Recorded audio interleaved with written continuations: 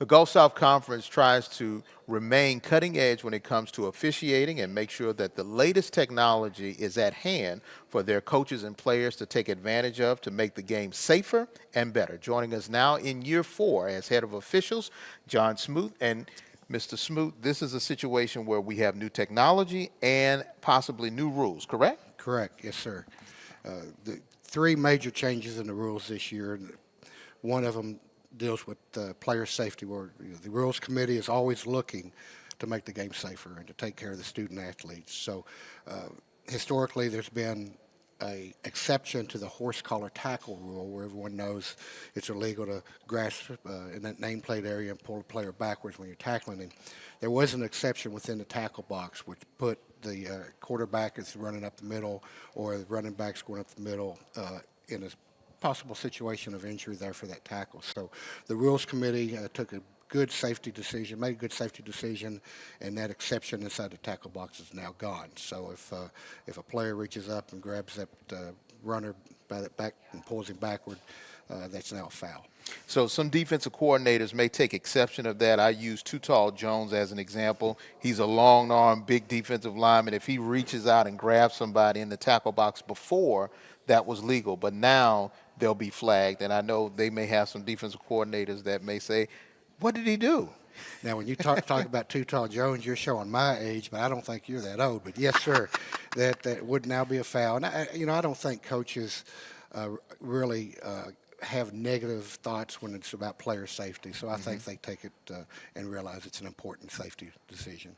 You have some new technology that'll be on the sideline so fans won't think the other team is cheating. Tablets will be available to the teams. And how difficult and complex has that been to try to unfold that this season?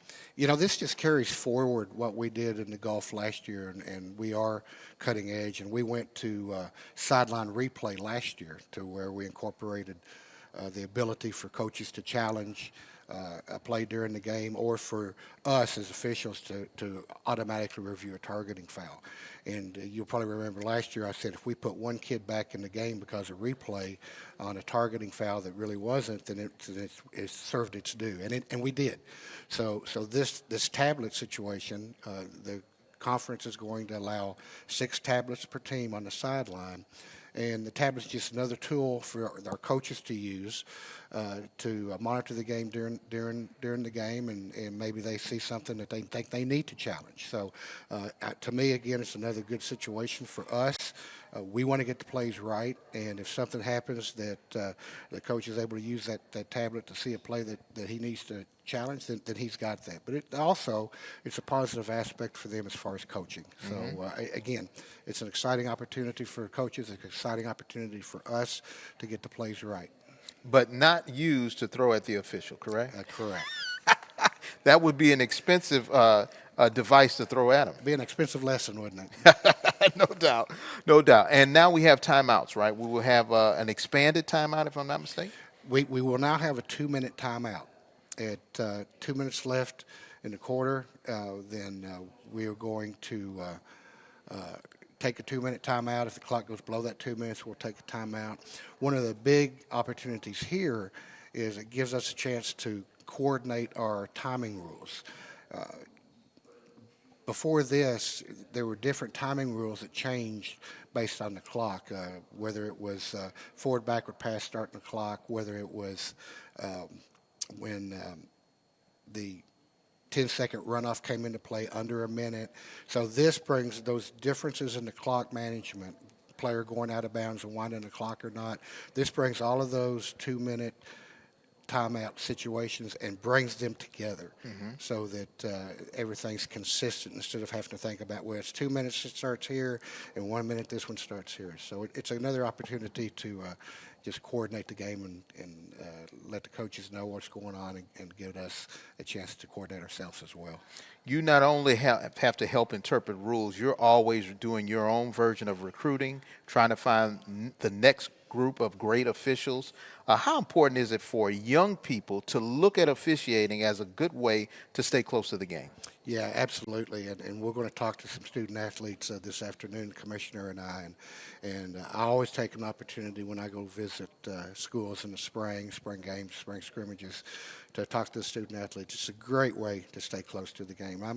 I'm going into my 47th year of being involved in football officiating at one level or another, one way or another, and it's been very good to me.